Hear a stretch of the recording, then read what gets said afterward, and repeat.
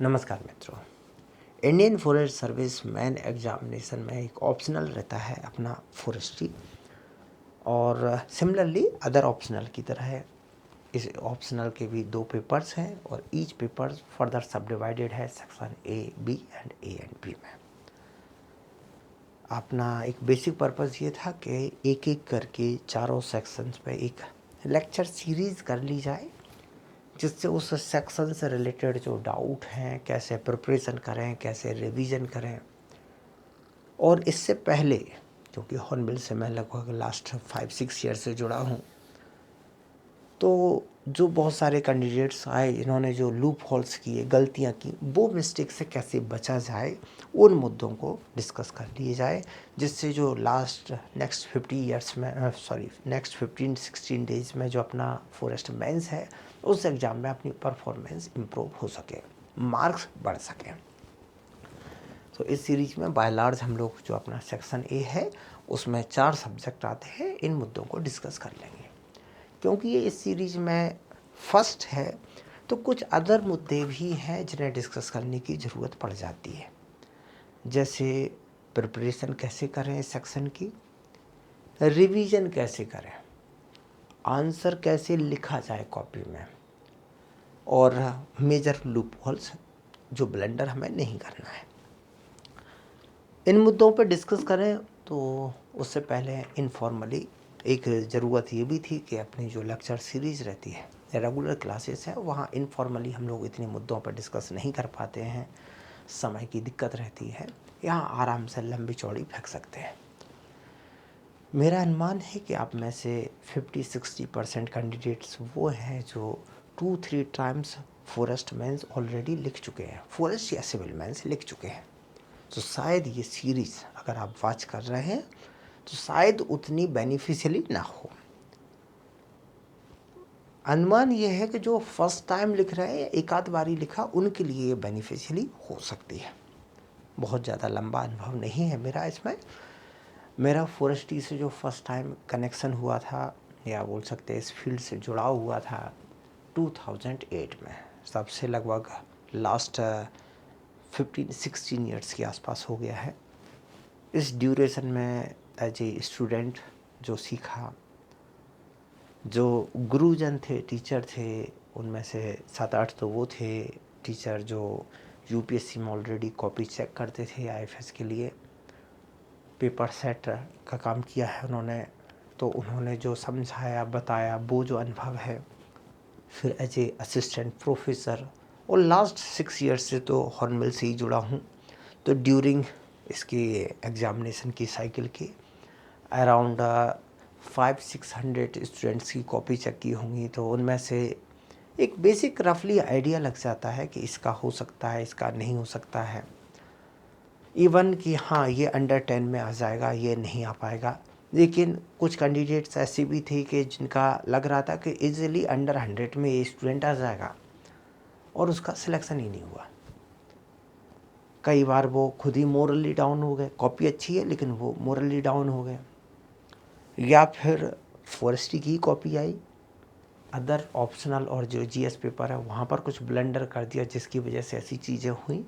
तो वो मुद्दे के कहाँ पर हमें लूपहोल्स नहीं छोड़ना, उन मुद्दों पर डिस्कस कर लेते हैं। अब मेन मुद्दा है कि प्रिपरेशन कैसे की जाए, प्रिपरेशन कैसे की जाए, रिवीजन कैसे की जाए। वो सारी मुद्दे जो बातें हैं वो इस बात पर डिपेंड करती है कि आपको एग्जामिनेशन में लिखना क्या है।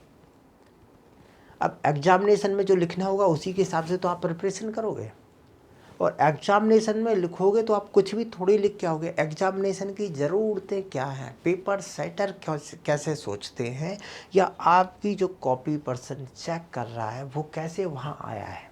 तो पहले आप उसका बेसिक समझिए कि जो एग्जामिनर वहाँ जो आया है उसकी मेंटल स्थिति क्या है। अगर आप उसकी कंडीशन को ध्यान में रख के अपनी कॉपी लिखेंगे तो ऑब्वियसली मार्क्स आपको बेटर तरीके से मिलेंगे। फॉर एग्जांपल के लिए आप एक आइडियली ले लें तो जैसे यूनिवर्सिटीज़ हैं, जैसे पंतनगर है, सोलन है, नवसारी है, कोयम्बटूर तमिलनाडु में, और TNAU है। यूनिवर्सिटीज़ के जो प्रोफेसर हैं, ये मान लीजिए मैं एक आइडियली एक प्रोफेसर को किसी को भी ले लेता हूँ, ठीक ठाक उम्र में है, 50-55 के हैं। अब इस उम्र में वेरियस जो नेशनल इंटरनेशनल प्रोजेक्ट्स हैं जो रन हो रहे हैं, तो उनकी एवरेज जो मंथली इनकम है आज के टाइम पे देखा जाए तो 4-5 लाख पर मंथ अगर बोला जाए तो कोई बड़ी बात नहीं है, नॉर्मल है। रिसर्च में फंडिंग ज़्यादा होती है। अगर मैं 5 लाख मान लूँ एवरेज, रफली 4.5 लाख का मतलब हुआ कि 15,000 रुपये पर डे की इनकम है। ये सैलरी है उनकी, सैलरी काट के टैक्स काट लेना, ये लगभग मान लीजिए 15,000 रुपये रफली पर डे की उनकी इनकम है। अब जो आदमी शांति से पढ़ा है, रिसर्च का काम कर रहा है, दिमाग का माथा पच्ची नहीं है, वो आदमी उठ के दिल्ली आए और आपकी कॉपी चेक करे। क्यों करे भाई? ऐसी उसके दिमाग में क्या खुजली मच रही थी कि वो वहाँ पर चैन से नहीं रह पा रहा था। वजह क्या है कि यूपीएससी लेटर लिखती है, यूनिवर्सिटीज़ की वाइस चांसलर है, रजिस्ट्रार है। अगर वो फैकल्टी से पुराने कनेक्शन हो चुके हैं तो उस फैकल्टी को भी लिखा जाता है कि भाई साहब, माई बाप आ जाओ और कॉपी चेक करनी है, पेपर बनाना है, आ जाओ। अब ये क्या है, जो भी प्रोफेसर्स वगैरह हैं ये आपस में एक दूसरे से जुड़े होते हैं। फॉर एग्जांपल के लिए यूपीएससी की जो कॉपीज़ हैं उसमें ऑब्वियसली दिल्ली यूनिवर्सिटी के कुछ प्रोफेसर होंगे जो चेक करते ही होंगे, इजीली कनेक्शन हो जाते हैं उनके। जेएनयू के जैसे प्रोफेसर हैं वो वहाँ जाके कॉपी चेक करेंगे, इजीली कनेक्शन हो जाते हैं, क्योंकि इधर बैठने वाले और उधर यूनिवर्सिटी से ऑब्वियसली इनके कनेक्शन रहते हैं। अब यहाँ यूपीएससी से लेटर लिखा जा रहा है वाइस चांसलर को, भाई साहब भेज दो। वाइस चांसलर कब तक मना करेगा?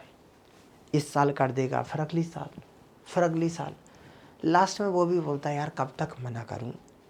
तो प्रोफेसर से बुलाए और बोला भाई यार ये यूपीएससी वालों ने परेशान कर रखा है, देख लो अगर समय एडजस्ट कर पाओ। प्रोफेसर ने टालने के अंदाज से बोल दिया, सर मेरा वो प्रोजेक्ट में मुझे अभी तमिलनाडु जाना है, टाइम ही नहीं है। तो वीसी बोलेगा ठीक है, टाइम का इशू है ना, मैं थोड़ा एडजस्ट करवा लेता हूँ, चले जाओ 15 दिन के लिए, 10 दिन के लिए। तो इस टाइप से अब प्रोफेसर को क्या है, वो यूपीएससी से मुद्दा नहीं है, उसका मेन रोल है वीसी को वो मना नहीं कर सकता, वीसी यूपीएससी को मना नहीं कर सकते। तो वो जो प्रोफेसर आपकी कॉपी चेक करने आया है वो एज ए कर्टसी आया है, आपकी कॉपी के उसे यूपीएससी से पैसे लेने के लिए नहीं।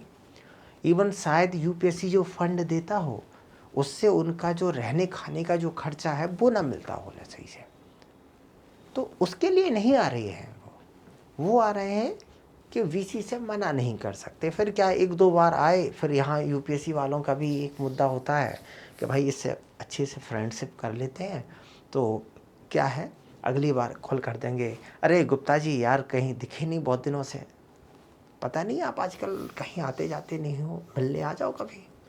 तो 1-2 बार गुप्ता जी से मित्रतापूर्ण बात करेंगे, फिर अगली बार गुप्ता जी को फोर्स कर लेंगे, अरे गुप्ता जी आपको आना ही है, मैं पूछ नहीं रहा हूँ, बता रहा हूँ, मैंने टिकट भेज दिया, आना ही है, आप बहुत दिनों से दिखते नहीं उधर। तो ऐसे फ्रेंडशिप गुप्ता जी आ रहे हैं, एक दूसरे से मित्रता हो गई, कर्टसी आ रहा है। अब समझो ये कि जो टीचर फैकल्टी वहाँ जो कॉपी आपकी चेक कर रही वो एज ए कर्टसी आया है। अब आप वहाँ अपनी कॉपी उसे पढ़वाना चाहते हो, आप चाहते हो कि आप हमारी कॉपी चेक करो, पढ़ो, और हमने ऐसी जो चील मिलाइयाँ बनाई हैं, ऐसा लिखा है कि जिसे आम आदमी ना पढ़ सके। आप उम्मीद करके चल रहे हो कि तुम टाइम खोटी करो कि हमारी ये चीज़ें पढ़ो और हमें मार्क्स दो। तो भाई उसे कौन पढ़िए, क्या पढ़िए उसे? ऐसे में उसे चाहिए, एक इंसान है वो भी आदमी भाई, तो उसे ये चाहिए कि कॉपी ठीक से लिखी हो, पढ़ने योग्य हो, वो पढ़े उसे, तो वो आपको इवैल्यूएट कर पाए। इसके अलावा एक और इशू आपको देखना है एक तो देखो कि जो फैकल्टी है वो कहीं जुपिटर से सैटर्न से नहीं आ रही, अपने में से ही है। मीन्स एग्जामिनेशन में कॉपी में क्या लिखा जाए कोई नया नहीं है, हम आप जैसा ही है। तो उसका काम कैसे आसान करोगे आपको, तो आपकी पूरी प्रिपरेशन की स्ट्रेटजी का मतलब ये हुआ कि इस टीचर का काम आसान कैसे किया जाए, हम कैसे ऐसी कॉपी लिखें कि इसको अच्छी लगे और ये पढ़े। यानी कि हमें उसे कॉपी चेक करवानी है, उसमें ऐसे लिखना है कि उसे खुद ही चेक करने की इच्छा हो जाए।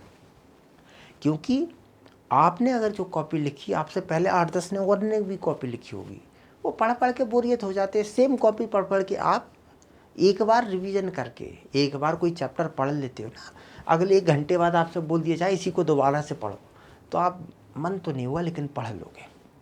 फिर 1 घंटे बाद बोलो इसे फिर से पढ़ो, तो आपने जैसे पहली बार उसी मन से पढ़ा था, तीसरी बार आप वो मन से नहीं पढ़ोगे, करके आप ख़त्म कर लोगे।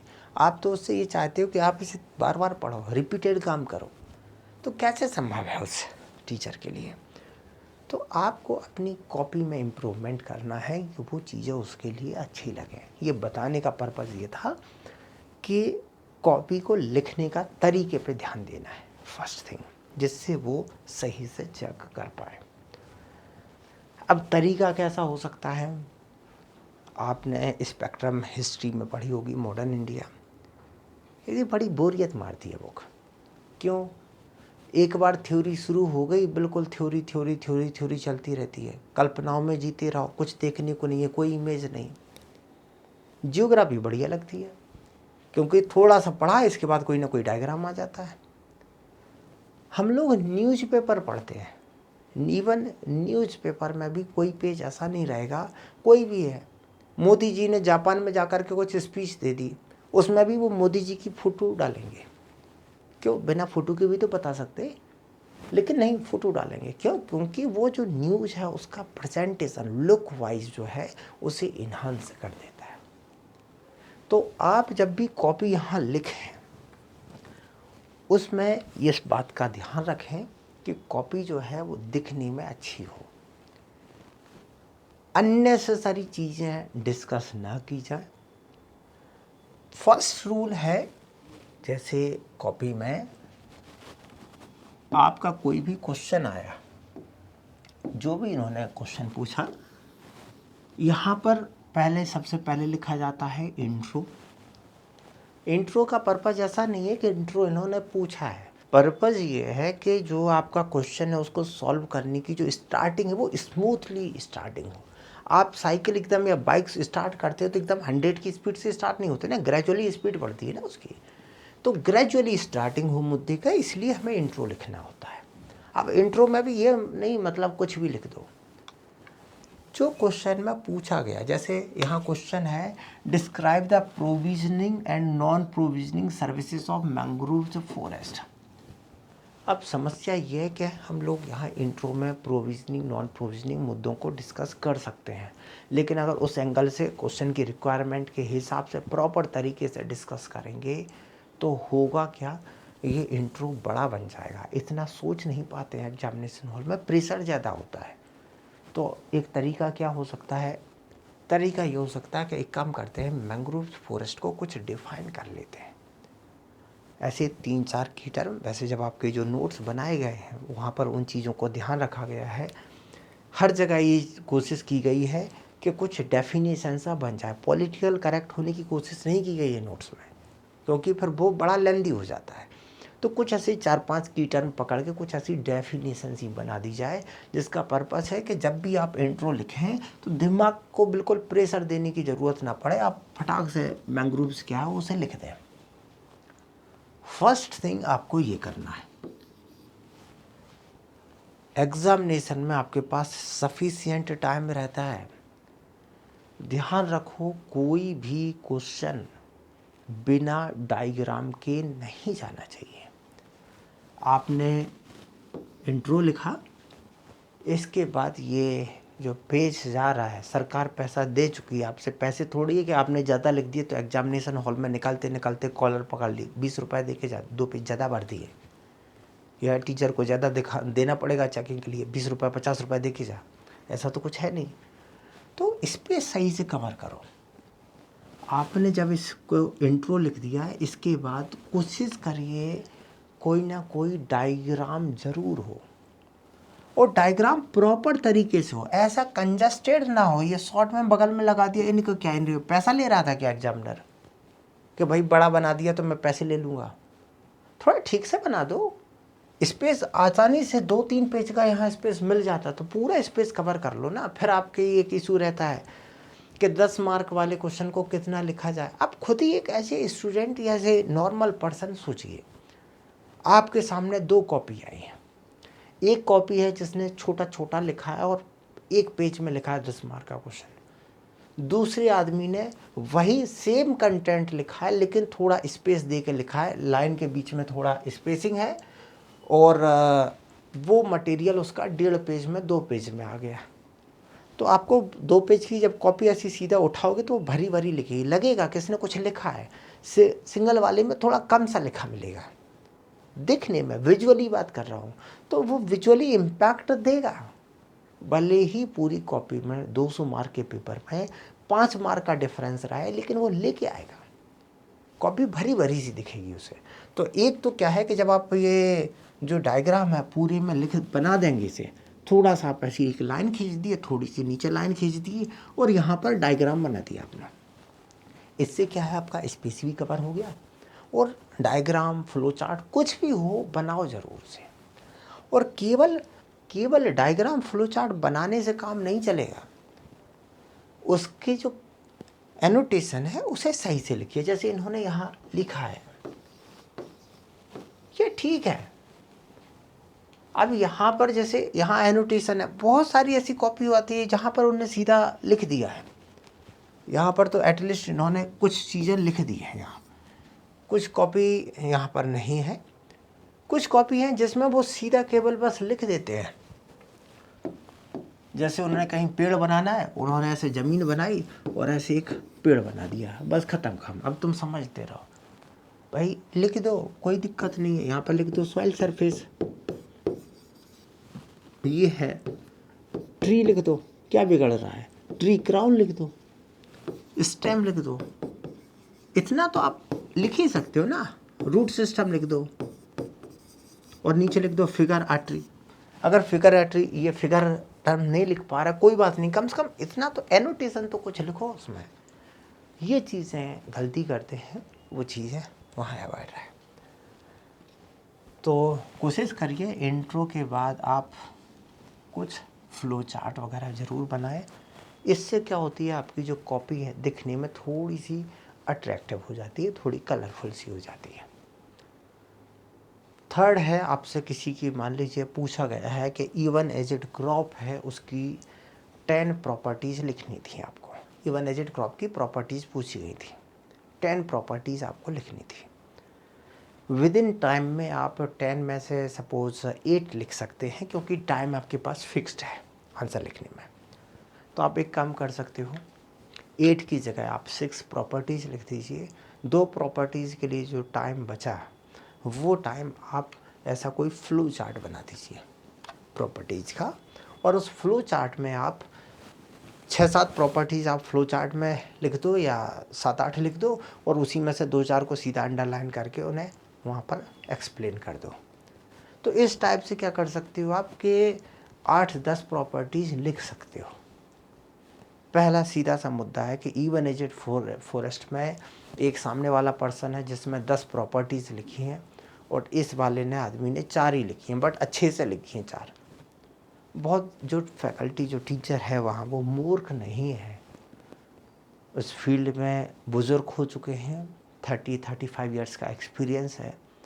आपकी टर्मिनोलॉजी पढ़ने के बाद उन्हें समझ में आ जाता है कि आपका अनुभव कितना है, सब्जेक्टिव नॉलेज आपकी कितनी है। क्योंकि वहाँ कुछ कुछ कांड कर दिए जाते हैं। जैसे कोई ट्री है, एवरग्रीन है, आप डेसिडुअस लिख के आए, उससे समझ में आ जाता है कि ये आदमी ने बिल्कुल ऊपर ऊपर से पढ़ के आया है। ये बीच में बहुत सारी हर चीज़ एक दूसरे से लिंक होती है, ऐसे करके आओ तो उससे समझ में आ जाता है कि आपका कितने गहरे पानी में, और फिर उसी हिसाब से वो मार्क्स देता है। आपने कोई प्रॉपर्टी शॉर्ट में लिख दी तो इसका मतलब ये नहीं कि उसे समझ में नहीं आएगी। बस लिखी ठीक से हो, बहुत डिटेल में एक्सप्लेन करने की ज़रूरत नहीं है, उसे समझ में आता है। और अगर वो प्रॉपर्टी उसे नहीं भी पता हो तब भी आपकी कॉपी से पहले 20 कॉपी चेक कर चुका होता है, तो उसे हर चीज़ का एक बेसिक मॉडल पहले से पता पड़ जाता है, तो कोई ज़्यादा इशू है नहीं उन्हें। तो इस टाइप की चीज़ें हैं, उन्हें देख लीजिए। फिर है कि जैसे कोई क्वेश्चन है, उस क्वेश्चन के कुछ सेक्शन है, जैसे यहाँ पर है provisioning and non provisioning services. तो आप कोशिश ये करिए कि आपने इंट्रो लिखा है, इसके बाद जो फर्स्ट इसके प्रोविजनिंग और नॉन प्रोविजनिंग सर्विसेज थी, तो एक सेक्शन हो गया प्रोविजनिंग का, दूसरा नॉन प्रोविजनिंग का। तो जो एग्जामिनेशन कॉपी में जब आप इसके सेक्शन लिखें तो उन्हें प्रॉपर तरीके से हाईलाइट करिए। जैसे यहाँ पर इन्होंने लिखा है, एक तरीका ये हो सकता है आपके पास, एक तो ये ऑप्शन हो सकता है कि कलर पेन से लिख दीजिए। बहुत सारे लोगों के पास कलर पेन उठाने का टाइम जो है वो नहीं है, स्पीड की इशू है। तो आप एक काम करिए, नॉर्मल पेन से लिख दिया और उसे एक बॉक्स में बंद कर दीजिए। एक तरीका ये हो सकता है। कुछ लोग ये ऑप्ट करते हैं कि एक काम किया जाए, जैसे ये सभी स्मॉल लेटर में है, वो जैसे नॉर्मल कैपिटल लेटर है, कैपिटल लेटर में लिख देते हैं और उसे बॉक्स में कर दें, या कैपिटल लेटर में लिख के उसे अंडरलाइन कर दें।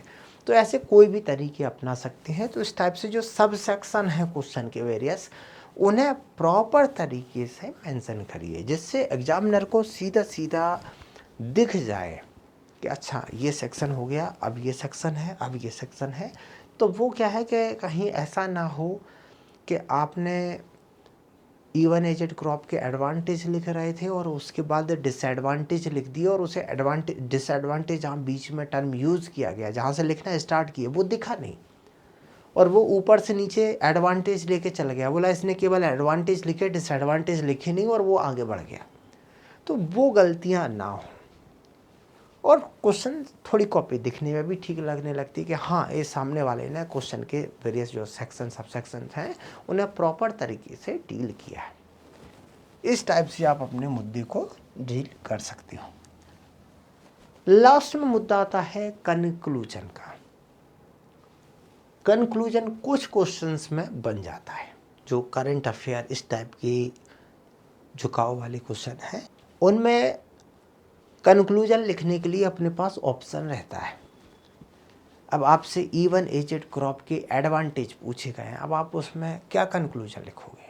तो हर क्वेश्चन में कंक्लूजन लिखा जाए ये संभव नहीं है। तो आप अपनी व्यवस्था के हिसाब से, टाइम की अवेलेबिलिटी के हिसाब से आप वहाँ ऊंच नीच कर सकते हो। इस टाइप से क्या है कि आपकी अगर कॉपी साफ़ है, क्लियरली लिखा हुआ है, वेरियस सेक्शन आपने प्रॉपर तरीके से लिखे हैं, तो टीचर जो है उसे मार्क्स देने में क्या दिक्कत है? वो वहाँ पर जो बैठा हुआ आदमी है उसके लिए आप कोई रिश्तेदारी तो है नहीं जो आपको ऐसी कुछ भी आप लिख दोगे मार्क्स।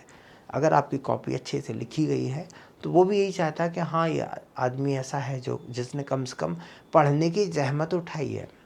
देखो, वहाँ सभी को पता है कि आप फॉरेस्ट्री एकेडमिक्स से नहीं हो। एक्सेप्शनली का दो हो अलग बात है, जनरली सभी के सभी मोस्ट ऑफ इंजीनियरिंग या अदर बैकग्राउंड से हैं और फॉरेस्ट्री एज ए ऑप्शनल लिया है, उन्हें सबको पता है। अब जब आपकी कॉपी आ रही है और उसमें डेप्थनेस पढ़ रहे हैं तो उससे उन्हें ये समझ में आ रहा है कि हाँ देखो, इसका ऑप्शनल नहीं है लेकिन इसने भी अच्छी समझ डेवलप की है, शॉर्ट टाइम फ्रेम में भी अच्छी खासी समझ डेवलप की है, मीन्स मेहनती बालक है। इसे अगर मार्क्स दिया जाएगा, ये फॉरेस्ट उम्मीद है कि फॉरेस्ट सर्विस में भी कुछ अच्छा कर लेगा। जो आदमी यहाँ अपने खुद के फ्यूचर के लिए ऑप्शनल नहीं सही से पढ़ पा रहा है या लिख नहीं पा रहा है, वो वहाँ सर्विस में क्या करेगा? तो वो उनके लिए जो है फॉरेस्ट मैन, ये बोल सकते हो कि जिम्मेदारी उनकी फॉरेस्ट के प्रति ज़्यादा है कंपेयर टू अपने। तो वहाँ आपकी कॉपी ही सब कुछ करवाएगी वहाँ। तो उन मुद्दों को आप देख लें कि कैसे ये जो क्वेश्चंस हैं उसे लिखा कैसे जाए, कंक्लूजन वगैरह किस टाइप से उनके करे जाएं।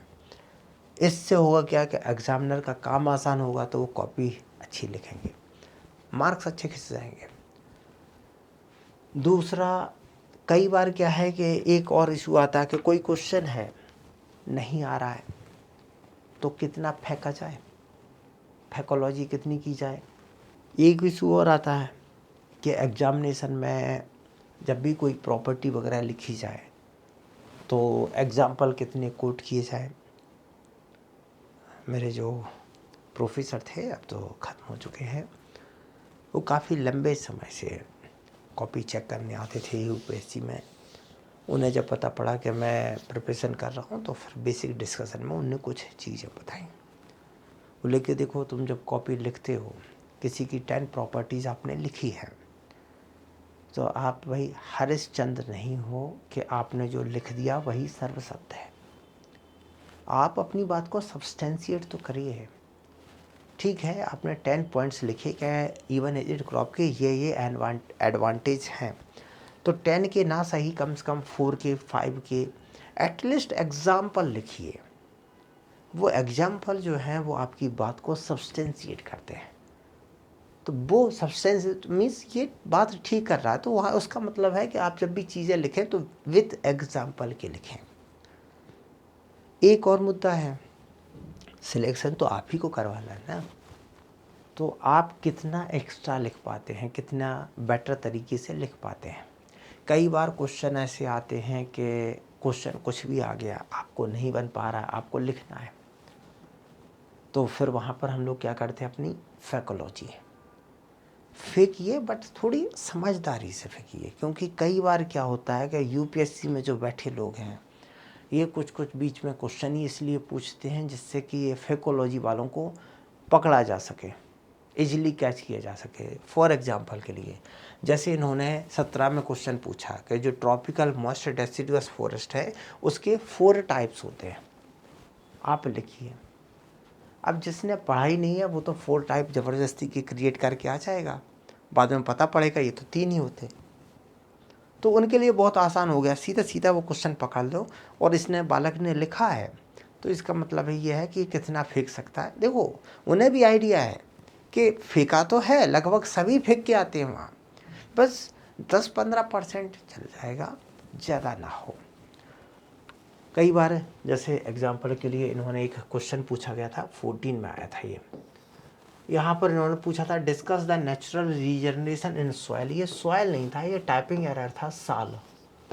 अब सामने वाला बालक कैसे उस क्वेश्चन को लेता है, उसे डील करता है, नहीं करता है, या टर्मिनोलॉजी को सही करके लिखता है, उससे भी चीज़ें समझ में आ जाती हैं। एक बात और, आपकी कॉन्सेप्ट की जो समझ है, मैं यही बोल रहा हूँ कि कोई भी क्वेश्चन बिना डायग्राम फ्लो चार्ट के नहीं जाना चाहिए, होना ही चाहिए। वो उसका इंटीग्रल कोर पार्ट है, वही मार्क देता है, खींचता भी है मार्क्स। लेकिन उसके साथ एक दिक्कत और है, डायग्राम फ्लो चार्ट जो है वो आपकी कॉन्सेप्ट की समझ के हिसाब से होती है। अगर आपकी कॉन्सेप्ट की समझ सुपरफिशियल है तो आप जो डायग्राम फ्लो चार्ट यहाँ बना के आओगे, संभावना है कि उसमें कुछ लूप होल्स छूट जाए। वो लूप होल्स जो आपने थ्योरी में जब नीचे लिखे तो वो प्रोफेसर पढ़ भी नहीं पाया था, यहाँ डायग्राम फ्लो चार्ट के थ्रू आपने अपने लूप होल्स की कमियों को सीधा चिल्ला चिल्ला के बता दिया, ये देखो ये देखो। तो वो कुछ निगेटिव भी इम्पैक्ट दे देता है, लेकिन बाय लार्ज पॉजिटिव इम्पैक्ट उसका ज़्यादा है, तो उस चीज़ को ध्यान दो। नेक्स्ट एक इशू और रहता है कि ये कॉपी वाला इशू हो गया आपका, कलर पेन कौन सा यूज किया जा सकता है। जनरली देखो, यूपीएससी ने कोई रेस्ट्रिक्शन नहीं लगाया है। एक टाइप से बोल सकते हो कि आपको कॉपी थमा दी गई है और आपसे ये बोल दिया गया है कि बस लिखो, क्या लिखते हो उससे कोई लेना देना नहीं है। 3 घंटे पूरी आपके पास फ्रीडम है, आपके पास जो भी फंडामेंटल राइट हैं वो आप अपने लगा लीजिए 3 घंटे में, और जो लिखना है जो बनाना है लिख लो। यूपीएससी का मतलब उसके बाद शुरू होता है, जब उनके पास कॉपी जाएगी, तो वो 3 आवर में आपको जो पेन यूज़ करना है करिए। हालांकि एज ए कर्टसी जो मोस्ट ऑफ टीचर है, फैकल्टी है, ये कॉपी चेक करने में रेड पेन यूज़ करते हैं, तो बेटर है कि आप रेड पेन यूज़ ना करें। एक टाइप से क्यों उनकी अथॉरिटी को चैलेंज करना। ज़रूरी थोड़ी है कि रेड पेन अगर आपने यूज़ नहीं किया तो आपके पास दुनिया में और कोई पेन ही नहीं है। कलर पेन 8-10 टाइप के आ रहे हैं, एक छोड़ दो, बकाया के 6-7 यूज कर लो। कौन सी एक पेन यूज करने से आपका भारत सूना हो जाएगा?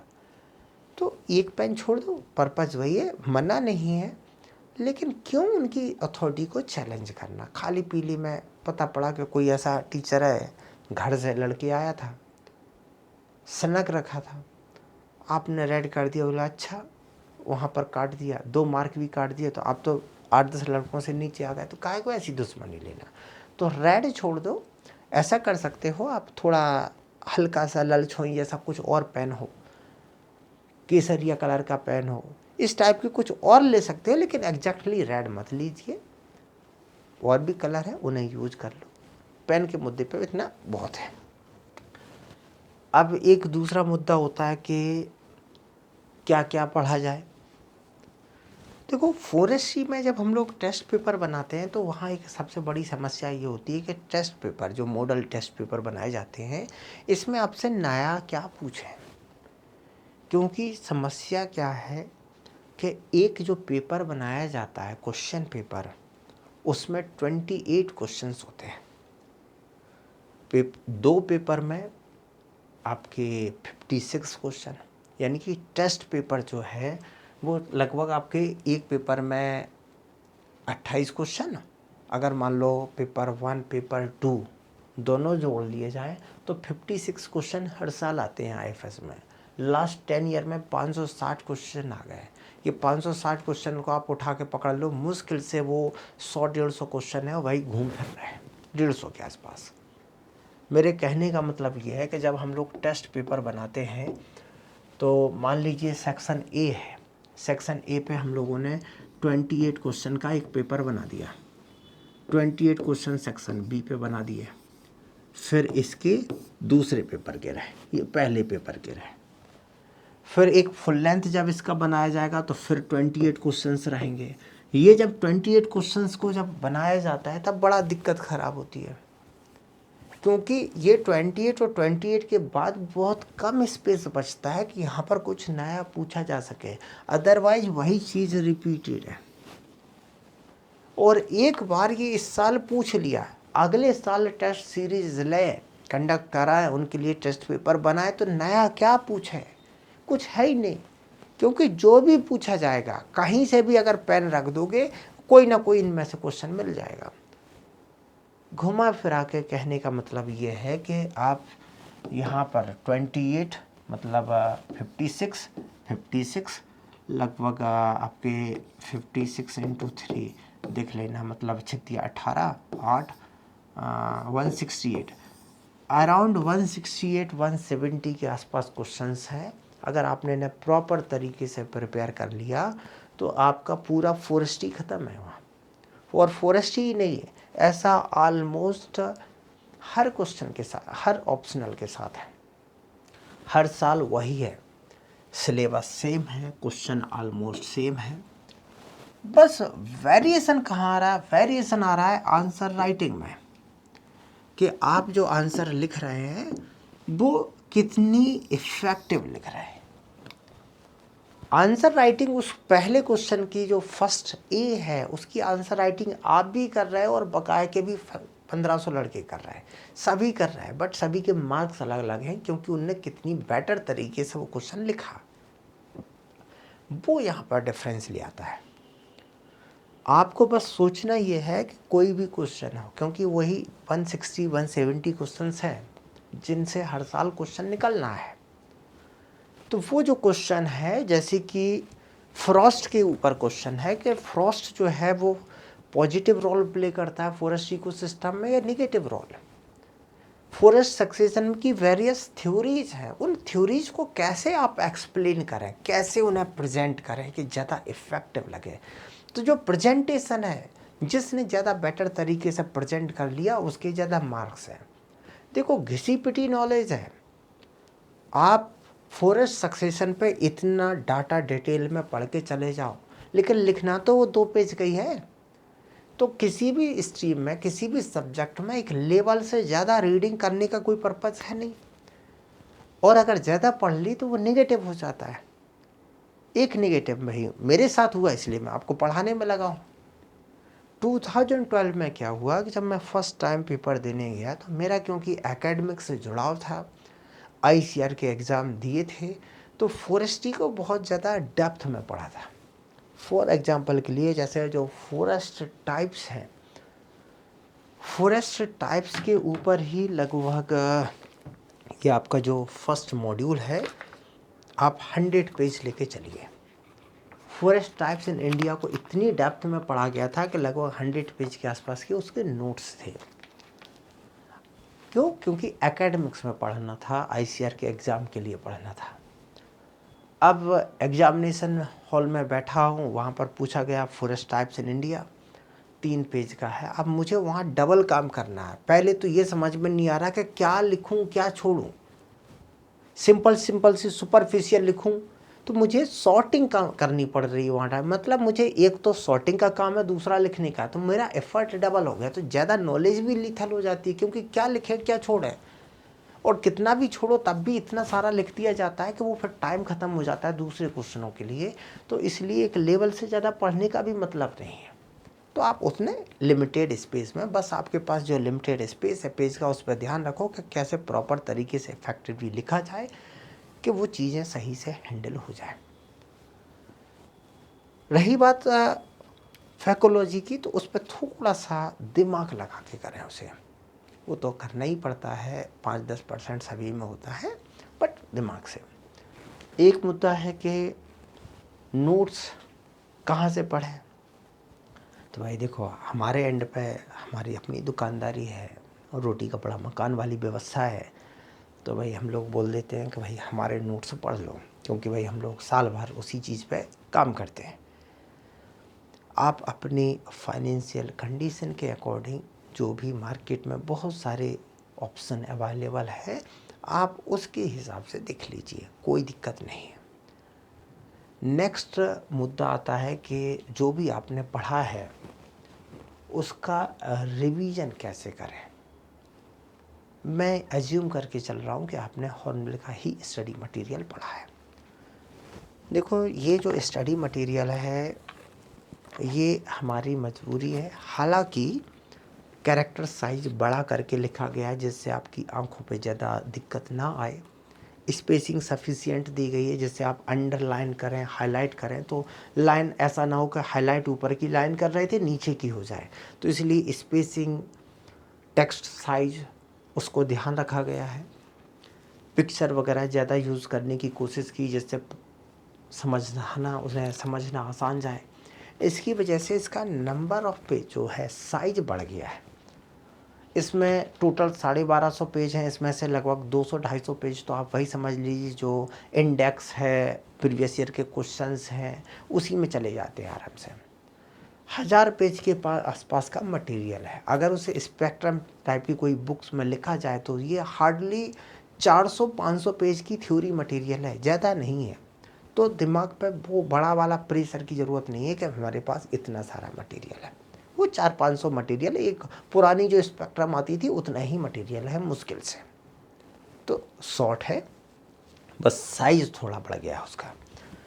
अब दूसरा है कि नोट्स ही हैं, बुक तरीके से तो है नहीं ये, तो आप एटलीस्ट 2-3 टाइम्स उसे रिवाइज कर लीजिए। जब एक बार आप 2-3 बार रिवीजन कर लें, इसके बाद आप कोशिश करिए कि आप अपने हाथ से कुछ हैंड रिटन नोट्स बनाएं।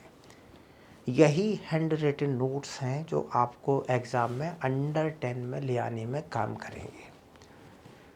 जितने भी मोस्ट ऑफ सिलेक्टेड हैं वो सब ये कर चुके हैं, और आपको अगर उधर जाना है तो भाई वो लिस्ट में नाम चाहिए तो करना ही पड़ता है। आप इसे, मेरी बात को ऐसे समझ सकते हैं कि आप में से जिनने भी एग्ज़ाम दिया है उनके साथ अक्सर एक चीज़ होती है कि एग्ज़ामिनेशन हॉल में एक क्वेश्चन आया, उसका उन्होंने आंसर लिखा, और आंसर लिखने के बाद वो सेकंड क्वेश्चन के आंसर लिखने लगे, तब दिमाग प्रोसेस कर रहा है अरे यार उसमें ये पॉइंट छूट गया। तो कई बार तो लोग पेज पलट के वहाँ लिख देते हैं उसे। कुछ क्वेश्चन तो ऐसे होते हैं कि जो पेपर ख़त्म हो गया सोच नहीं पाते हैं। क्यों नहीं सोच पाते? क्योंकि दर टाइम ही नहीं है, वो टिक टिक टिक टिक हो रही। क्वेश्चन पेपर लिख दिया और लिख करके कॉपी जमा कर दी और एग्जामिनेशन हॉल से बाहर निकल रहा है, तब दिमाग के तंतु खुल रहा है। यार उस क्वेश्चन में मैंने ये लिख दिया, उसमें तो ये लिखना था, ये लिख आया हूँ, ये लिखना था, इसमें ये 4 बातें और लिखनी थी। तो ऐसा नहीं है कि आपको चीज़ें पता नहीं थी, आपको आइडिया था चीज़ों का, बट ब्रेन आपका उतनी फास्ट वहाँ प्रेशर में प्रोसेस नहीं कर पाया। तो आपको करना ये है कि ब्रेन को आप ऐसे समझ लो कि अगर मैं इंटेंसिव आपसे काम करवाऊँ 1 घंटे तो आप थक जाएंगे, वही काम मैं आपको कम लोड के साथ करवाऊँ तो थोड़ा आसान हो जाएगा। तो आपको करना क्या है, कोई भी सब्जेक्ट हो, अभी आपको फॉरेस्ट्री बिल्कुल अजीब सी लगेगी, बड़ा बड़ा जाने क्या क्या पढ़ना है, पर ये उंगलियों वाला सब्जेक्ट है, इसमें कुछ ऐसा है नहीं। जैसे फॉर एग्जांपल के लिए पहले वही बोला कि पहले आप 2-3 रीडिंग नोट्स की लगा लो, इसके बाद आप हैंड रिटन नोट्स बनाओगे। और ये हैंड रिटन नोट्स में मतलब ये नहीं है कि सब कुछ लिखना है, सब कुछ क्या लिखना है, आपको वहाँ एग्ज़ाम में लिखना है, जो ज़रूरत चीज़ है वो लिख दो। जैसे फॉर एग्जांपल के लिए पहला टॉपिक है आपका फॉरेस्ट्री एंड सिल्वीकल्चर। इसमें इंट्रोडक्शन में थोड़ा समझाने की कोशिश की गई है, उसे छोड़ दो, वो तो आना नहीं है अपना। पहला मुद्दा है डेफिनेशन में कि फॉरेस्ट होता क्या है। तो फॉरेस्ट क्या है, फॉरेस्ट मीन्स एक डेफिनेशन है ऐसी, चाहे इकोलॉजिकल कोई भी एक लिख लो, कोई दिक्कत नहीं है।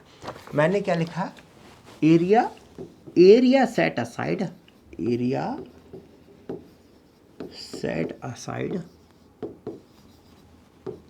set aside for the production of timber and other forest produce or to get other indirect benefit। ये एक पहली डेफिनेशन है। मैं 4 बार पढ़ चुका हूँ, तो मुझे बार बार थोड़ी पढ़ने की ज़रूरत है, याद हो जाती है वो। तो मुझे वो जो की टर्म थे वो लिख देना है, area set aside for production, क्या है, टिम्बर और नॉन टिम्बर फॉरेस्ट प्रोड्यूस। ये मेरी डेफिनेशन हो गई। इस इतना नोट्स के कंपेयर में ये आसान है। Area set aside, area set aside, ये की टर्म पकड़ लिया हम लोगों ने, ऐसे 3-4 की टर्म को लिख दिया और ये अपना डेफिनेशन का काम हो गया। अब जैसे फॉरेस्ट का क्लासिफिकेशन यहाँ कर लिया।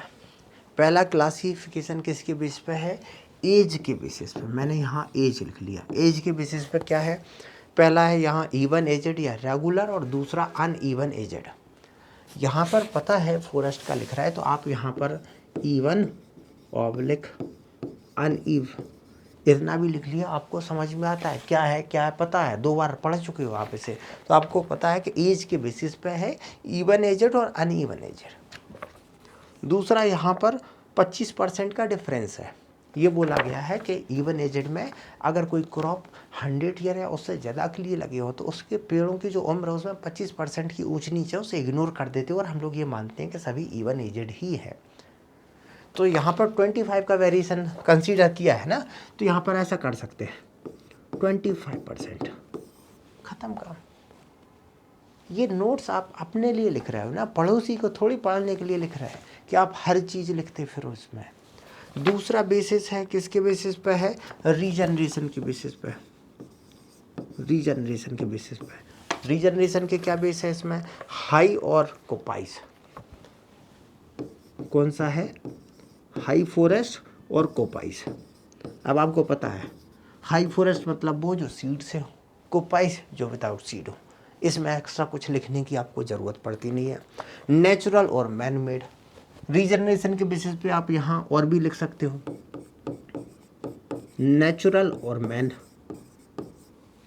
ख़त्म काम। कि नेचुरल और मैन है मतलब मैन मेड ही होगा। तीसरा आपने यहाँ लिख दिया कंपोजिशन के बेसिस पर, कंपोजिशन के बेसिस पर एक क्या होगा, प्योर होगा और दूसरा मिक्स्ड होगा। यहाँ पर प्योर और मिक्स्ड में भी परसेंटेज का इशू है। कौन सी है कि भाई अगर कोई क्रॉप है उसमें अगर लगभग 80% कोई एक सिंगल स्पीसीज डोमिनेंट है, तो हम लोग उसे प्योर मान लेते हैं। जैसे एक एरिया में 100 पेड़ लगे हुए हैं, उसमें से अगर 80% जो पेड़ हैं वो टीक के हैं, तो हम लोग ये बोल देते हैं कि टीक का प्योर फॉरेस्ट है। तो यहाँ 80% का क्राइटेरिया है, तो हमने यहाँ पर बस 80% लिख दिया। अब यहाँ समझाना नहीं है आपको क्या है, आप आसानी से, और ऐसा नहीं कि आप नोट्स बनाने के लिए अलग से बैठ गए, बस आप जो पढ़ते जा रहे हैं रिवाइज करते हो उस हिसाब से बगल में पेन चलाते जाइए। अच्छा ये है, ये है, ये है, इस टाइप से आप करते जाइए कि क्या लिखना है इसमें से। इसके बाद कंपोजिशन के बाद नेक्स्ट है आपका ओनरशिप। ओनरशिप, अब ओनरशिप में कौन सी है, गवर्नमेंट है, प्राइवेट है, कम्युनिटी है, कॉन्ट्रैक्चुअल है।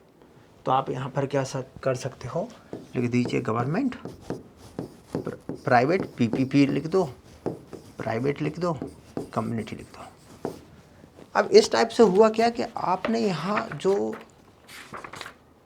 1, 2, 3, लगभग ये 3.5, एक आध 2 और आ जाएंगे, तो आप आराम से ये 4-5 पेज का जो मटेरियल था वो यहीं ख़त्म हो गया आपके हाफ पेज में। इसमें ज़्यादा डाटा की क्राउडिंग मत करो, ये शॉर्ट हो जाएगी। और ऊपर से जैसे मान लो पर्पज़ क्या है क्लासिफिकेशन का, जैसे स्टैंडर्डाइजेशन है, एडमिनिस्ट्रेशन है, रिकॉर्ड कीपिंग है, तो यहाँ पर लिख दो स्टैंडर्डाइजेशन, एडमिनिस्ट्रेशन, एडमिन, रिकॉर्ड। तो आपको ये भी याद रहेगा। अब इसका पर्पज़ क्या है कि आप 4 बार पढ़ोगे ये पूरा। जब आपका फॉरेस्ट्री का एक सेक्शन जो है वो मुश्किल से 15 या 20 पेज में आ जाएगा, पूरा पेपर आपका 25 या 30 पेज में आ गया, आप 30 पेज कभी भी ऐसे पढ़ लोगे करके आपका रिवीजन आधा घंटे 1 घंटे में हो जाएगा। इससे होगा क्या, सब्जेक्ट जो है वो आपकी बिल्कुल रैम पे आ गया। इंटरनल चीज़ें आप 2-4 बार रिवीजन में आराम से आ जाती हैं, उन्हें फेंक लोगे आप, फेंकने का तरीका है, आराम से हो जाएगा। लेकिन बेसिक मुद्दे आ जाए, सिंपल सी चीज़ है। पहले टॉपिक में क्या, फॉरेस्ट का क्लासिफिकेशन है, फॉरेस्ट्री उसके वेरियस बेसिस पे ऐसे क्लासिफिकेशन है। सिल्वीकल्चर के फ़ायदे क्या है, सिल्विक्स क्या है, सिल्विकल्चर क्या है, सिल्वीकल्चर के अदर ब्रांच से क्या रोल है, और वो ख़त्म। फिर हमें ये देखना है कि फॉरेस्ट की जो टेंजिबल या प्रोविजनिंग और नॉन प्रोविजनिंग जो सर्विसेज हैं वो क्या है, उसमें क्या लिखना है, बस पहले चैप्टर ख़त्म। फिर आता है कोई भी पेड़ हम कहीं जंगल उगा रहे तो उसके कुछ फैक्टर्स हैं। फैक्टर्स कौन से हैं, इन्हें बोलते हैं लोकलिटी फैक्टर्स। ये कैसे इम्पैक्ट करेंगे उसको, इम्पैक्ट के बहुत सारे एंगल्स हैं, उन एंगल्स को देख लेना। किताबी नॉलेज छोड़ दो, हमें क्या समझ में आ रहा है उस चीज़ को देख लो। क्लाइमेटिक है, एडेफिक है, टोपोग्राफिक, बायोटिक है, 5 फैक्टर है। अब क्लाइमेटिक पर एक फैक्टर है, उसके हिसाब से उनकी डिटेलिंग है। तो वो शॉर्ट एक समरी सी है, कुल मिला के दिमाग में एक फ्रेम बन जाए। इसका पहला फ़ायदा क्या होगा कि जब एग्जामिनेशन हॉल में आप फॉरेस्ट का क्लासिफिकेशन लिखने जा रहे होंगे तो आपको पता होगा, बोला यार इसमें 3 इधर थे, 3 इधर थे, 6 थे। और आप क्या करते हो कि जब ये 25-50 पेज का आपका क्रक्स बना होता है, तो जब आप सुबह पेपर 1 देने गए उससे पहले आप रास्ते में भी आपने ऐसा देखा होता 15-20 मिनट लगते हैं वो पेज, क्योंकि फिर होता क्या है जब एक बार ये शॉर्ट बन जाता है, ये 4-6 मॉड्यूल लेके आप रिवीजन को बैठोगे, टाइम लगता है इनमें, क्योंकि एक ही चीज़ है आप बार बार रिवाइज कर रहे हैं, पढ़ोगे टाइम लगेगी, जबकि मोस्ट ऑफ चीज़ें आपको याद हो चुकी है। तो आपने यहाँ पर नोट्स में क्या है, जो चीज़ें आपको याद नहीं हो उन पर फोकस आपका इजीली हो जाता है, क्योंकि एक बार नोट्स बनाए जो चीज़ याद नहीं हो उन्हें हाईलाइट कर दिया तो बार बार देखने में आ जाती, तो याद आसानी से हो जाता है। तो इससे फ़ायदा क्या है कि एग्जामिनेशन हॉल से पहले आपने ऐसे पेज पलट लिया तो एक तो आपको आ गया कॉन्फिडेंस, नहीं यार ये तो ऑप्शनल हो गया, इसमें ये चीज़ कुछ है ही नहीं, दम ही नहीं है इसमें। कॉन्फिडेंस होने से क्या होता है, प्रेशर हैंडल हो जाता है, एग्जामिनेशन हॉल में आप प्रेशराइज नहीं होते हो। दूसरा क्या है, कोई भी क्वेश्चन उठ पटांग आ जाए, आपको पता है कि सिल्वीकल्चर ये है, मेंसुरेशन ये है, मैनेजमेंट ये है, आप इनके कॉन्सेप्ट को इसमें, इसके कॉन्सेप्ट को इसमें खिचड़ी बना करके दे दोगे, बिल्कुल बढ़िया बनती है।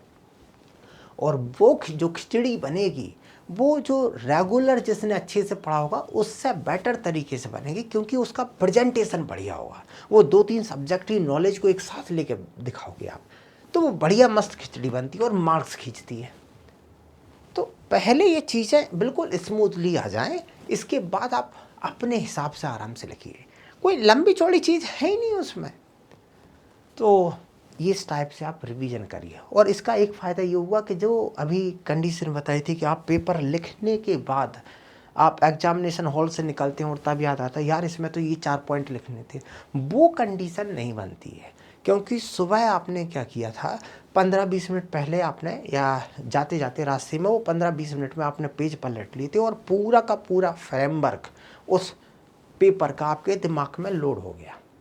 तो जब आप एग्जामिनेशन हॉल में आप लिखते हैं तो आपको सोचना नहीं पड़ता है, वो चीज़ें पहले से क्लियर। फॉरेस्ट फायर उसके 3 टाइप, इसका ये, इसका ये, इसका ये, इसका अभी एग्जाम्पल ये, इसका ये, इसका ये मिस्ट्री प्रोग्राम है, उसमें ये करेंगे। चीज़ें उंगली पे है। पहला कॉन्फिडेंस बन गया, दिमाग ब्लड प्रेशर अच्छा है, शांति से दिमाग सोच पाता है। दूसरा इस टाइप से क्विक करके गए तो क्या होता है कि वहाँ एग्जामिनेशन में आप अच्छे से लिख पाए। दूसरा ये तो वो कुछ छूटने वाली बात नहीं है। और थर्ड क्या है कि जब आपको क्वेश्चन सभी ऐसे देखे देखे से मिलते हैं, अपने आप इतना कॉन्फिडेंस आ जाता है कि क्वेश्चन ऊट पटांग भी आ जाए तब भी आप उसे अच्छे से लिख लेते हो। प्रीलिम का आपको अनुभव होगा ही कि पहला क्वेश्चन पढ़ा, आंसर नहीं बन रहा, दूसरा क्वेश्चन सुना ही नहीं है, तीसरा क्वेश्चन यार ये भी गलत, चौथा नहीं आता, पांचवा नहीं आता, छठवां क्वेश्चन यहीं पे अपनी मैथ रीजनिंग सबसे सही चलती है कि स्टार्टिंग के 3 क्वेश्चन छूट गए, 2 कर लिए, दिमाग सीधा बोलता है 3 में 2, 5 में 3 नहीं बने, 2 बने, 5 में 2 तो 10 में 4, 100 में 40, हम तो कंपटीशन से बाहर। प्रेशर और धक धक धक धक होने लगी। वो चीज़ है ना हो। आपको जब कॉन्फिडेंस आ जाता है तो आपको क्या है कि जैसे इनने कहीं क्वेश्चन घुमा दिया, आप इजली लगाते हो कि अच्छा इसने क्वेश्चन घुमा दिया, इसे ऐसे करना है। तो फ्री रहो, प्रेशराइज ना हो पाओ, उसके लिए वो शॉर्ट नोट्स है, वो ज़रूरी है। दूसरा, हमारे हथियार हमारे लिए है। हॉर्नबिल की साइड से ऐसा शॉर्ट नोट्स इसलिए नहीं दिया जाता है क्योंकि वो शॉर्ट नोट्स मुझे जो नॉलेज है वो हमारी तरीके से है, हम उसके हिसाब से देंगे। वो नॉलेज में मुझे ये जो गवर्नमेंट पीपीपी ये वाला मॉडल है ऑनरशिप पे, मुझे पता है, पिछले मैं 14-15 साल से पढ़ रहा हूँ, तो मुझे इसमें डिटेल जाने की ज़रूरत ही नहीं है। लेकिन भाई साहब तुम्हें नहीं आता तो तुम हमारे नोट्स से तुम कैसे भला हो जाएगा तुम्हारा। जो चीज़ मुझे आती थी अच्छे से वो मैंने अपने नोट्स में गायब कर दी या कम लिखी, जो मुझे नहीं आती थी वो ज़्यादा ज़रूरत थी इसलिए उसे मैंने अच्छे से लिखा।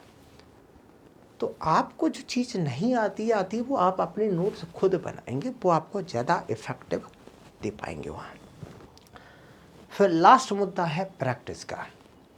आप क्वेश्चंस की ज़्यादा ना सही, आप लास्ट 10 इयर्स के क्वेश्चंस ही आप खुद लिखिए, प्रैक्टिस करिए, जितना कर पाओ उतना प्रैक्टिस करिए। अगर आपसे नहीं बन पा रहा है, आप मान लीजिए बोला कि भाई हमारे पास, पहले तो मैं यही बोलूँगा कि अगर आपसे बन सकता है तो आप कहीं भी किसी भी इंस्टीट्यूट के पास जाइए, उनकी टेस्ट सीरीज ज्वाइन कर लीजिए।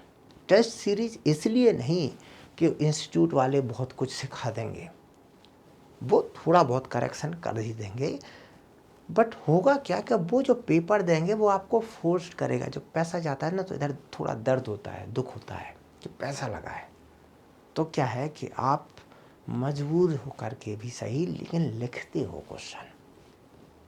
जब क्वेश्चन लिखते हो तो वो चेक होते हैं तो आंसर रिस्पॉन्स आते हैं आपको, तो आपकी गलतियां भी पकड़ में आती हैं। दूसरा ये जो बहुत सारे लोग सोच के बैठे हैं कि हाँ हमें पता है आपका पैटर्न, कि इंट्रो लिखना है, फिर डायग्राम बनाना है कुछ, या डायग्राम कहीं बीच में बनाना, हम कर लेंगे। ये नहीं हो पाता, बिना प्रैक्टिस के आप कर ही नहीं सकते। जैसे ही पहला क्वेश्चन आता है और आप जो दौड़ में शुरू करते हो, कब एंड हो जाता है और एग्जामिनेशन हॉल के बाद ऐसे बोलते हैं यार डायग्राम तो बना ही नहीं पाए, 2-3 क्वेश्चन में बने, बकाया में तो बने ही नहीं है। तो ये चीज़ें वहाँ होती क्योंकि वहाँ आप वो बिहेव करते हो प्रेशर में जो आप एक्चुअल में हो। आप जिस चीज़ की आपको प्रैक्टिस नहीं है, आप वहाँ अचानक से ऐसा नहीं हो सकता है कि आप गए और आप मछली की आँख में तीर मार दोगे, संभव नहीं है। जो पहले से आता है वही वहाँ दिखा पाओगे, तो वो प्रैक्टिस पहले करनी पड़ेगी। अगर आपके फाइनेंशियल कंस्ट्रेंट हैं, आपको लगता है कि भाई साहब ये क्वेश्चन है मैं लिख देता हूँ, लेकिन मैं किसी इंस्टीट्यूट में टेस्ट पेपर ज्वाइन नहीं करूँगा, ये टेस्ट सीरीज वगैरह ज्वाइन नहीं करूँगा, कोई बात नहीं। आजकल आपके पास एक अल्टरनेटिव है, चैट जीपीटी है, जेमिनी है, एयरटेल की सिम होगी। तो एयरटेल की सिम में क्या है कि परप्लेक्सिटी मुफ्त में मिल रहा है 17,000 का भाई, क्योंकि हमें पेमेंट करना पड़ रहा है। लगभग शायद है 7 या 8 के आसपास कनेक्शन है, 2000 के आसपास, कुछ 1900 के आसपास पर कनेक्शन जाता है, पर सब्सक्रिप्शन जाता है। तो 8 का मतलब हुआ लगभग 15-16 हज़ार के आसपास। ये हमें मंथली पेमेंट करना होता है उनके लिए, जबकि आपको तो फ्री में मिल रहा है एयरटेल से, क्योंकि परप्लेक्सिटी उतना हमारे मतलब वो पॉइंट ऑफ व्यू से नहीं है, क्योंकि हमारी ज़रूरतें ज़्यादा हैं। वो एक पर्टिकुलर स्टूडेंट वर्जन ठीक है, एज ए कॉमर्शियल यूज़ ज़रूरतें ज़्यादा होती है, उतने में फिर उसकी लिमिट आ जाती है। तो आप एक काम कर सकते हैं, आप कॉपी की अपनी आंसर की लिखिए और परप्लेक्सिटी को पकड़िए और ईमानदारी से उसे बताइए कि भाई साहब मैं यूपीएससी का एक एग्ज़ाम है इंडियन फॉरेस्ट सर्विस का, उसका मेंस लिख रहा हूँ और ये मेरा जियोलॉजी ऑप्शनल है, फॉरेस्ट्री ऑप्शनल है। उसका ये पेपर मैंने लिखा है, ऊपर क्वेश्चन लिखा है और नीचे मैंने आंसर लिखा है। मैं चाहता हूँ कि तुम इसे इवेल्युएट कर दो। उससे पहले पूरी बात समझाओगे। चैट जीपीटी, ये जो एआई टूल्स हैं, ये बड़े समझदार हैं। हम लोगों को ही मीन्स से ये बोल सकते हो कि हो सकता है 4-5 साल बाद हमें अपनी धंधा सब बंद करना पड़े। काफ़ी एडवांस फास्ट ग्रोथ कर रहा है वो। तो आप उसे दो, समझाओ कि ऐसा ऐसा है। पहले आप ईमानदारी से उसे चीज़ें सही बताओगे, जिससे वो उसी हिसाब से बता पाए। और उसे बोल देना कि आप, मैं ये एज्यूम करके चल रही हूँ कि आप जो है वो 20 साल से कॉपी चेक कर रहे हो और इस सब्जेक्ट में एक्सपर्ट हो।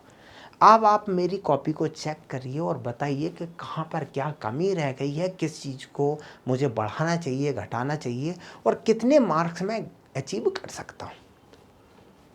तो वो आपकी बहुत सारी जो कमियां हैं, जब आपने क्वेश्चन की पिक्चर आपने अपलोड कर दी या पीडीएफ अपलोड कर दी, तो वो भी बहुत कुछ है जो आपको वहाँ एनालाइज करके दे देगा। ह्यूमन नहीं है, लंबा अनुभव नहीं है, लेकिन कम से कम एटलीस्ट काम चलाऊ तो दे देगा। एटलीस्ट ज़्यादा ना सही, मैंने वही बोला कि फाइनेंशियल कंस्ट्रेंट है तो कम से कम कुछ तो हेल्प कर देगा। Something is better than nothing. तो आप उसकी हेल्प ले लीजिए, परप्लेक्सिटी की, वहाँ से कुछ हेल्प मिल जाएगी। तो इस टाइप से आप अपने आंसर को एवेल्युएट करिए, जिससे चीज़ें थोड़ा फास्ट जा पाए।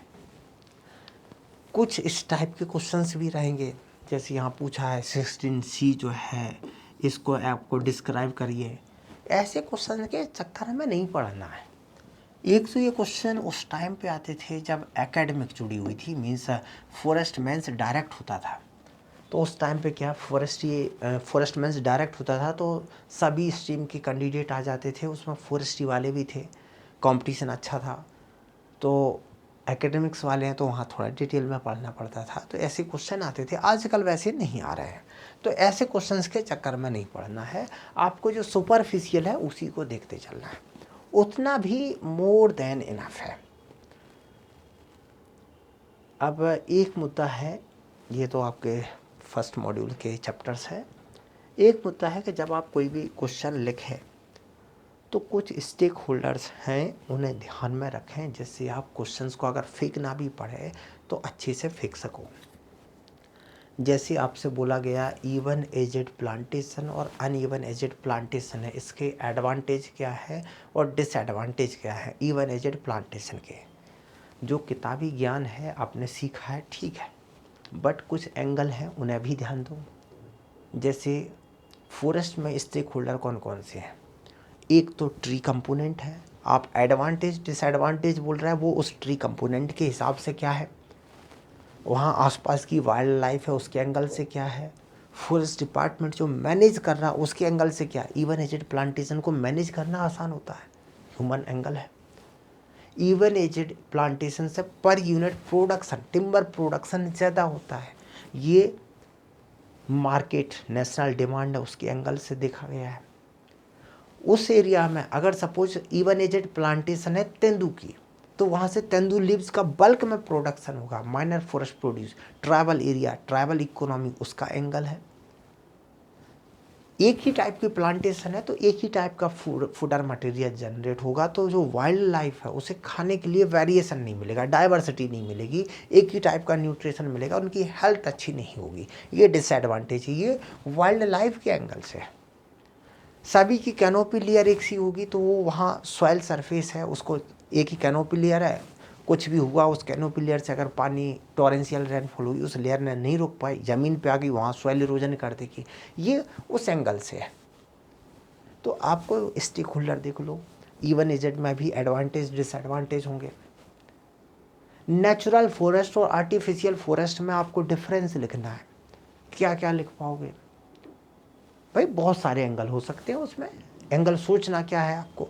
ये स्टेक होल्डर देखो कि ट्राइबल विलेज है, ट्राइबल्स है, फॉरेस्ट डिपार्टमेंट है, ट्री कंपोनेंट है, वाइल्ड लाइफ है, ये चार तो बेसिक है अपने। इसके अलावा अपने कुछ ऑब्जेक्टिव भी तो है, जैसे हमें जब देखो तब कार्बन सिक्वेस्ट्रेशन पीछे पड़ जाता है। इवन एजेड प्लांटेशन जो है अगर फास्ट ग्रोइंग स्पीसीज की है, ज़्यादा कार्बन सिक्वेस्ट्रेशन रैपिड करेगा, क्योंकि फास्ट ग्रोइंग स्पीसीज लगा दी कंपेयर टू नेचुरल फॉरेस्ट के, मिक्स फॉरेस्ट के। डेजर्टिफिकेशन है, सॉइल इरोजन को रोकना है।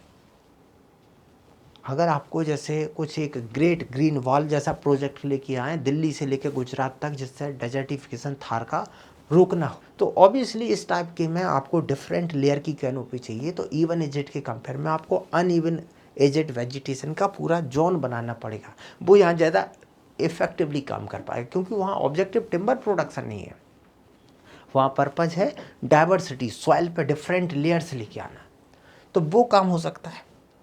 क्लाइमेट चेंज की वजह से जो स्पीसीज में शिफ्टिंग हो रही है वो भी देख लो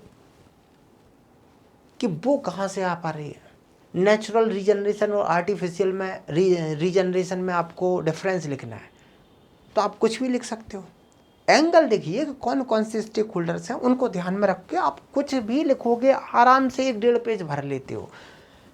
एक ऑप्शन इन्वेस्टमेंट का भी है। हम लोग चाहते हैं, मेरे पास भाई साहब 100 करोड़ आ गए, अब 100 करोड़ मैं कहाँ लगा दूँ, ज़मीन खरीद लूँ, एक ऑप्शन वो है। स्टॉक मार्केट में लगा दूँ, एक ऑप्शन वो है। फॉरेस्ट भी एक इन्वेस्टमेंट का एक मीडिया हो सकता है कि हमें कार्बन सिक्वेस्ट्रेशन ये सारी चीज़ें चल रही हैं, तो क्यों ना गवर्नमेंट एक ऐसा फंड बना दे कि मैं उस फंड में पैसे लगा दूँ। मुझे गवर्नमेंट या फॉरेस्ट डिपार्टमेंट कुछ उस एरिया में प्लांटेशन करेगा, उससे जो रेवेन्यू जनरेट करे उसका एक परसेंटेज एज ए कंपनी, मतलब एक ग्रीन क्रेडिट कंपनी इस टाइप से कोई कॉर्पोरेट खड़ा कर दिया जाए, उसके शेयर खरीद लूँ जैसे मैं अदर कंपनी की लेता हूँ, तो मैं खुश हूँ कि मैं पैसा वहाँ भले ही 2% कम मिल रहा, लेकिन नेशन के, देश के विकास में लग रहा है, इकोसिस्टम के विकास में लग रहा है, तो मैंने भी उसमें फंड लगा दिया और वो वहाँ पर प्रोडक्शन भी कर रहा, तो वो एक इन्वेस्टमेंट का भी मीडिया हो सकता है, वो भी ध्यान देना है आपको। फॉरेस्ट केवल टिम्बर प्रोडक्शन या इकोसिस्टम कंजर्वेशन ही नहीं है, देश की 25% एरिया में ट्री स्पीसीज, ट्री कवर फैली हुई है, तो बोल सकते हो कि टोटल पॉपुलेशन का लगभग 35-40% पॉपुलेशन की जो जॉब एम्प्लॉयमेंट है वो फॉरेस्ट पे डिपेंड है, डायरेक्ट और इनडायरेक्ट। तो job opportunity tribal area, rural area में जॉब क्रिएट करने का एक सोर्स भी है।